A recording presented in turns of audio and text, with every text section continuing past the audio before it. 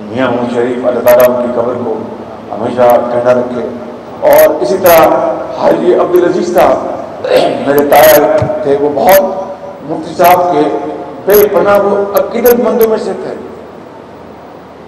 اور مفتی صاحب کا اور میرے تایا جان حاجی عبدالعزیز صاحب کا چولی دامن کا ساتھ تھا، لیکن مفتی نعیم صاحب ہمیشہ سائیکل پر سوار تھے. اتنے یعنی گھرانوں اور اتنے لوگوں کی محبتیں اور وسائل وہ مفتی صاحب ان مدارس میں لگانا پسند کرتے تھے. اپنی ذات پر میں نے ان گناہگار آنکھوں سے ہمیشہ دیکھا کہ انتہائی سادہ کپڑے، بس پان کو شوق تھا اور اس سے بڑھ کر کچھ نہیں تھا. بس وہ لوگوں کو اسلامی تعلیمات کے نور سے لوگوں کو وہ پیغام پہنچاتے تھے اور ممبر رسول پر کھڑے ہو کر حق اور سچ کی بات کرتے تھے. تو یہ وہ خاندان ہے. اور یقیناً ہم بھی اپنے والدین کی، اپنے آباء و اجداد کی قدم پر چلتے ہوئے ان کے ساتھ جو تعلق ہے اس کو انتہائی ادب اور احترام سے ہم دیکھتے ہیں، اس کو نبھاتے ہیں. اور یقیناً جب ہم پر مشکل وقت تھا تو اس خاندان کے عظیم مدبروں نے، جو کہ ڈاکٹرز ہیں، پروفیسرز ہیں، پروفیسر محفوظ الرحمان صاحب تشریف فرما ہیں، تاجبر صاحب تشریف فرما ہیں. میں سمجھتا ہوں کہ انہوں نے میاں نواز شریف کے لیے، میرے لیے، میرے خاندان کے لیے جو آواز اٹھائی اس زمانے میں، جبکہ مشرف ہوتے ہوئے اس کے مشرف کے مخالفین یا اس کے جو اس وقت برے وقت میں تھے ان کے لیے آواز اٹھانا کوئی آسان کام نہیں تھا، مگر انتہائی اخلاص کے ساتھ. اور میں نے آپ کو پوری تاریخ دریا کوچے میں بند کیا ہے کہ ان کی ذاتی جو خواہشات کا یہ انداز ہے کہ سائیکل ہے اور موٹر سائیکل ہے، اور اسلامی ملک پاکستان اور کروڑوں مسلمانوں کے لیے ان کی خدمات کا یہ انداز ہے کہ والد گرامی شہید ہو گئے، اسلام کے جھنڈے کو اٹھائے رکھا، اور کسی روک، کسی اتھارٹی اور کسی دھمکی کو وہ خاطر میں نہ لائے اور اسلام کے لیے اپنی جان دے دی. شہید ملت جناب ڈاکٹر سرفراز نعیمی صاحب نے، میں آج آپ کے سامنے کھڑا ہوں جہاں پر مجھے یہاں پر آنے کا یہ اعزاز ملا. میں شرمندہ ہوں کہ 3 سال بھرپور کوشش کے باوجود، اور جو کوشش ہنوز جاری ہے، کہ ابھی تک ڈاکٹر صاحب کے قاتل گرفتار نہ ہو سکے.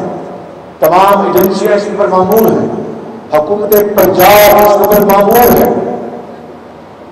اور میں پچھلے سال بھی، اس سے پچھلے سال بھی، اس بار بھی میں یہی آپ کو یہ گزارش کروں گا کہ جہاں تک اس کوشش کا تعلق ہے، وہ اللہ تعالیٰ جس کے قبضے میں ہماری جان ہے، اس خالق کے قبضے میں جن کی ہم سب کی جان ہے، میں اس کو گواہ بنا کر کہتا ہوں کہ یہ کوشش جاری رہے گی.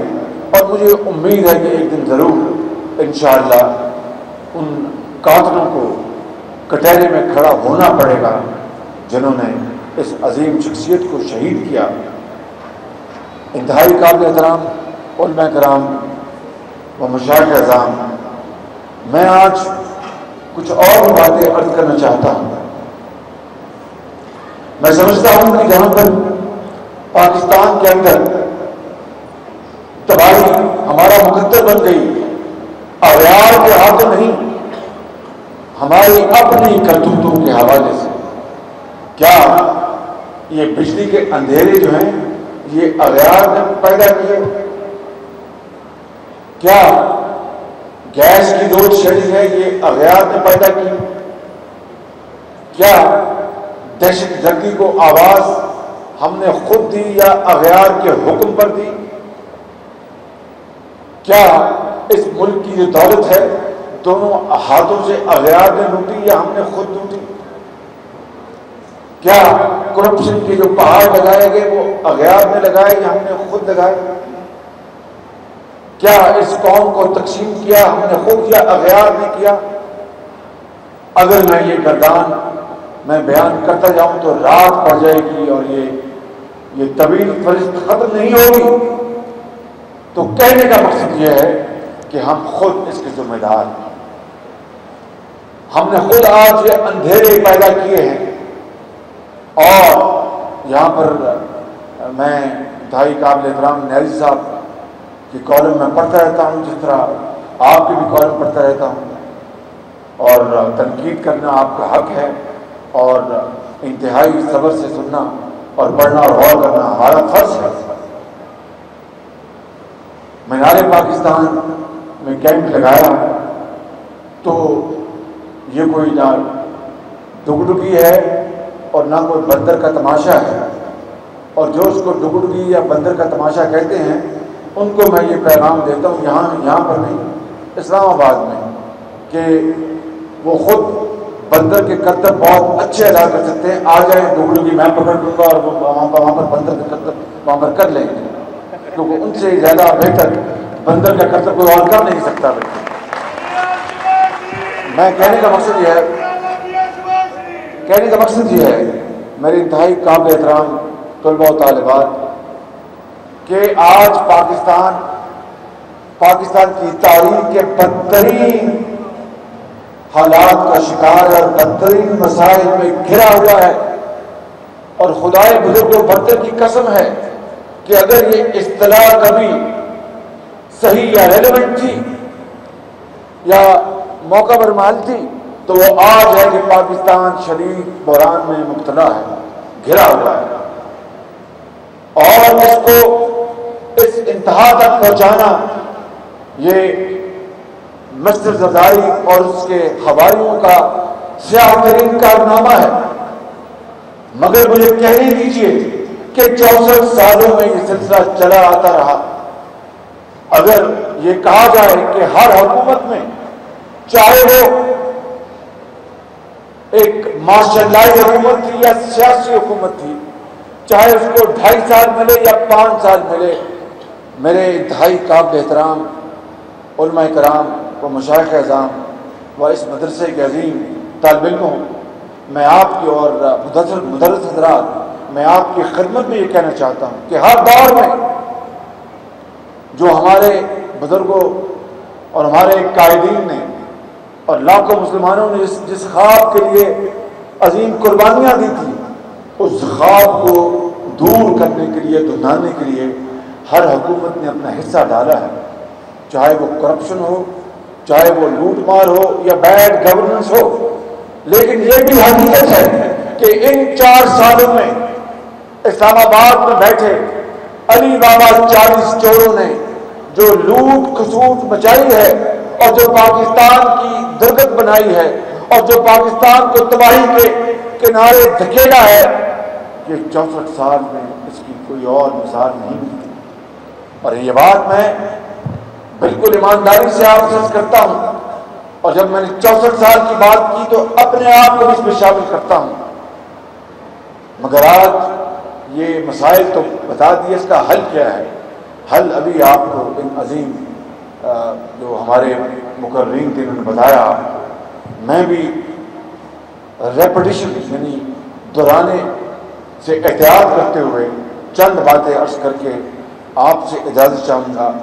پہلی بات تو یہ ہے، اور بڑی انکساری سے مگر اعتبار کے ساتھ عرض کروں گا، کہ یہ بھی 64 سالہ تاریخ کا پہلا موقع ہے کہ جب دہشت گردی نے اس ملک کے اندر پنجے گاڑے اور دہشت گردی کو دعوت دینے والا، اس ملک کا خائن، اس ملک کا ڈکٹیٹر جنرل مشرف ہے، اس نے جب اغیار کے حکم کے اوپر سر جھکا دیا اور ڈکٹیشن ماننے کے لیے تیار ہو گیا، چند کوڑیوں کو اس کی جھولی میں ڈالا گیا اور وہ مکہ لہراتے اور بازو اٹھاتے تیار ہو گیا، وہ دن اور آج دن پاکستان کے اندر دہشت گردی کے سائے پھیلتے گئے.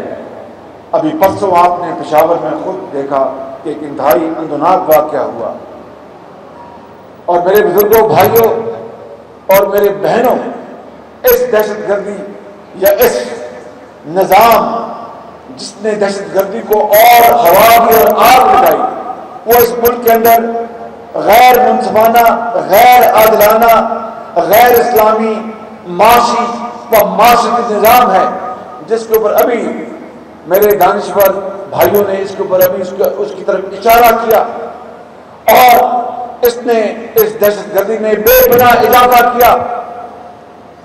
میں سمجھتا ہوں پھر ہمارے علماء کرام، جید علماء کرام، میں ان کی بات کر رہا ہوں، آج ان کے کاندھوں کے اوپر سب سے بڑی ذمہ داری ہے کہ وہ اتحاد بین المسلمین کی طرف بہت تیزی سے آگے بڑھیں اور اس آگ کو بجھانے کے لیے پوری اپنی کوشش کریں اور بھرپور کوشش کریں، کیونکہ جس طرح پاکستان میں مختلف قسم کی یہاں پر آج سازشیں کی جا رہی ہیں اور آگ سلگ رہی ہے، چاہے وہ بلوچستان ہے، چاہے وہ کراچی ہے، چاہے وہ خانپور ہے، چاہے وہ پشاور ہے، میں سمجھتا ہوں کہ آج پوری قوم کو اکٹھا ہونا پڑے گا، مگر خالی اتحاد اور اتفاق جو کہ انتہائی اہم ہے، اس کے علاوہ عملی اقدامات اس کے ساتھ کرنے ہوں گے۔